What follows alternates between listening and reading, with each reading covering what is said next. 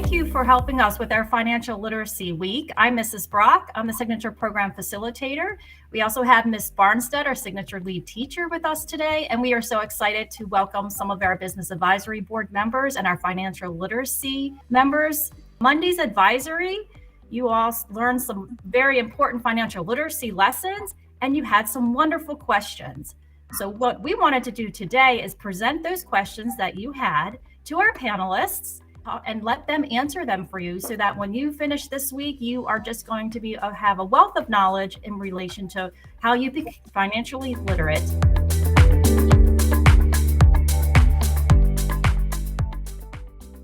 What's the smartest financial thing that I can do as a teenager? I got that one. I have a few things to suggest. Avoid debt. When you charge purchases or borrow money for school, you're renting your stuff, you're renting your life. I also say save more, give up impulse buying, and invest instead. Make a plan and budget.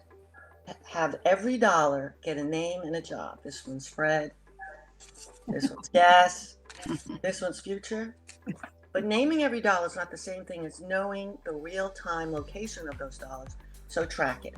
Track every dollar.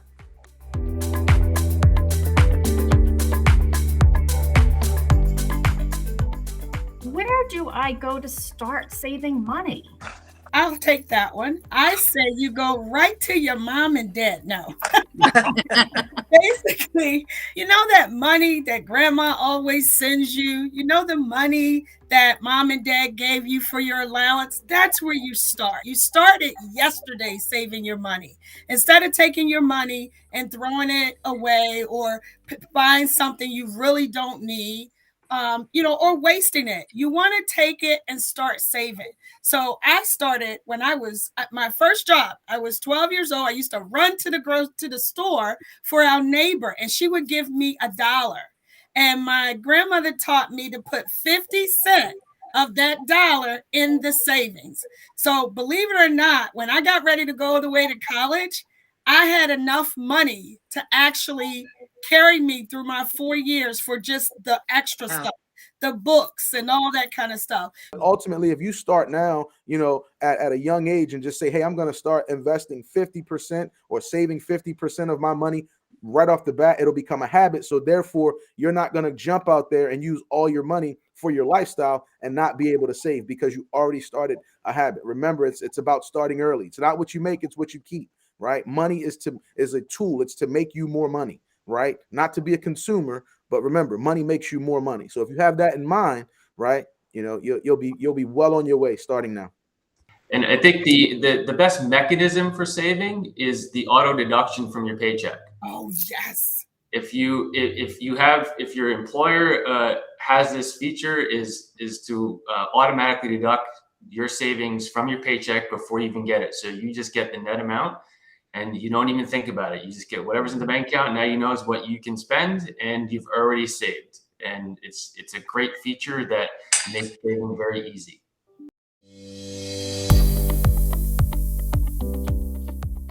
So what do you think the best way to save for college? And this thing about college loans, is that a good idea? What I did with my son is I went to our credit union. And what we did was he has a savings account. He has 2 savings accounts, and one is just for education. And we started that when he was in middle school. So we started that in middle school, and that's how we saved for college. And so he continues to put money into that because, of course, he's still in college. But that was the best way for us to save for college. And what happens was the credit union explained the educational savings account to him. It explained exactly how not to take money out, how much would the interest would be. And I'm going to pass it over to Terry because Terry can get a little bit deeper with the aspect of that educational fund at the credit union. Absolutely. Thank you, Kim. So to Kim's point, yes, saving for college using the credit union is a great idea. But we also have what we call the 529 plan. And this can be established with through your credit union, through your state, or through an investment company. But the 529 plan is in the tax deferred investment plan that's created to help students achieve their college goals and dreams. And the way the plan works is it's tax deferred, and when you withdraw for education related purposes, there are no fees or taxes on those withdrawals. So you save up front, similar to like a mutual fund or ETF. And then once the student is college age, you begin to draw against those savings, that investment, to allow that student to go to college. But the question was, are college loans a good idea? So that's not an easy question. Sometimes college loans are the only means you may have of achieving your college goals and dreams. However, what I always advise my students that I speak to is really look at the scholarship market hard as you can, because there's always funds, there's always companies who are looking to give student funds for really just for college. My company gives out funds for college, so definitely look at those options before looking at the college loan option. Also, look at your local community colleges and sort of grow into the university, because it's cheaper at that level. You may not need a loan to go to your community college. And then as you get to the level where you do need to move over to the university, at that time, you can establish a loan, but your total loan debt will be a lot less than establishing your loan on year one. You can also consider state university. You don't need to go to private schools. And I recommend, again, make a plan. Think about what your life would be like after you leave whatever you do after high school, and work backwards. Be specific. What do you see yourself doing? Do you live in New York City? Do you live in Baltimore? Are you wearing Gucci, or is Target okay? Some of the other terms that were thrown out this week: mortgage and rent. And I know that I'm not particularly thinking about that right now because I'm only in high school, but we know that it goes very fast. And so what is your opinion? Like, should I pay a mortgage? What is it? Should I pay rent? What do you think? When you look into getting into a mortgage is basically a debt instrument that affords you the opportunity to basically invest in real estate, right? So when you look into getting into a mortgage, it's more of a long-term investment. And we call it a good debt, right? But you want to look at basically, is it something, are you going to stay in the area? When you look at buying a home, and things of that nature, what is your plan as far as in life? How long are you going to stay? Are you, looking to move away? Because when you get into rent, rent is just an expense. When you're renting, you're just paying, you pay, you stay, you pay, you stay. It's that ordeal. It's literally, you sign a 1 year lease, 2 year lease, or something like that, and it goes short term.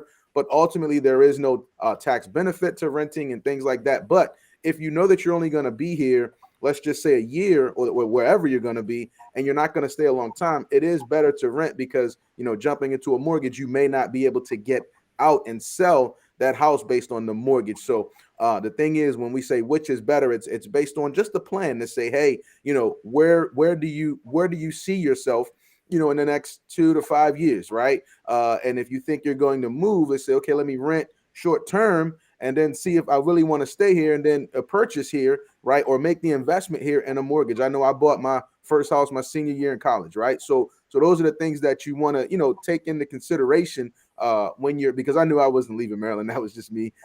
So that's the thing that you want to look at when you start getting into mortgages and things like that, making that investment. So, it's based on your future and what you want to do. Because a lot of times people say, well, renting is bad. And it's not that it's bad. It's just, you don't want, if you're going to stay, it would be better to get a mortgage and get that investment. If that's, something that you're looking to do, start that real estate portfolio there. All right. And just another thing to consider when you're thinking about rent versus mortgage is that in order to purchase a home, typically you have to put down a down payment. And the down payment could be, depending on the types of mortgage you get, anywhere from 5, 10, 20%. It also depending on your income level. So you have a substantial amount of money that you've got to put down. So you need to have that money in hand to do that. And so most people, when they're younger, they haven't accumulated that kind of wealth. I mean, on a $150,000 home at 20%, you need a $30,000 down payment. So most people haven't accumulated that kind of money. So that's why early on, most students out of college, in the early and professional careers, they're renting and they're building that wealth in order to be able to make that down payment. And then they eventually move into a home when they can afford it. So that's just another thing you have to consider when you're thinking about rent versus buy. It's typically the evolution of it. The other thing to consider is how much of your budget your housing will cost.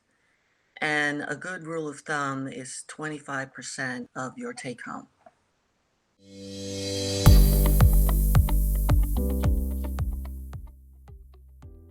Speaking of homes and mortgage and rent, some of these other terms we heard, and I know my parents are worried about this, interest rates. So what are interest rates? How do they work? And should I be concerned about interest rates? That's awesome. That's a great question. I'll jump in on that one too. And so when we talk about interest rates, there's one thing that I want everyone to remember, guys, and that's called the rule of 72, right? It's also known as the banker's rule. All right. And the rule of 72 tells you how long your money's going to take to double based on the interest rate that you're getting, right? So, and you divide that interest rate into 72, and it'll tell you the approximate number of years to take your money to double. So when you look at interest rates can work for you. All right. But they also work for the bank, right? So that's why it's called the banker's rule. So when we look at how interest rates work, when you talk about yourself, when we were looking at saving money, if you look at a 3% interest rate that you're earning on your money, right, and on a savings account, right, that money's going to double every 24 years, right? At a 6%, right, 6 goes into 72 12 times, so it's going to double every 12 years, and at a 12% interest rate, it's going to double every 6 years, right? So when you look at money, that's great if it's working for you. But on the opposite side of that, if you're in debt, right, the interest rates, they're now working against you and they're compounding against you. So again, let's look at a 3%, for maybe a mortgage or something like that, 6% for a car loan, right? And then 12% for a credit card. Now you're paying this money, right, to the bank. It's now in favor of the bank. So when we talk about who controls them, overall, the Federal Reserve controls the rate, like who, how they pay each other, how banks pay each other and all that type of stuff. But ultimately, you control your interest rate, right? You control it by your lifestyle, your credit score, right? The better your credit score, the lower your interest rate, right? When you look at borrowing money. And then when we talk about who controls the interest rate, where you decide to invest your money, what your portfolio is made up of, right? When you look at those things, you're controlling that interest rate, right? If you're a conservative investor and you're looking at the 3 to 6% range, right? You're controlling that because it's based on your risk, right? Or your suitability. But if you're an aggressive, when you can look at the 10 to 12% range, right? More aggressive, more time, you're controlling that. So ultimately, there's two parts to who's controlling that. But the big thing that I want you all to remember is the rule of 72, also known as the banker's rule. Remember that, ingrain that in your head, because that's literally how interest works. And you want it to work for you, not against you.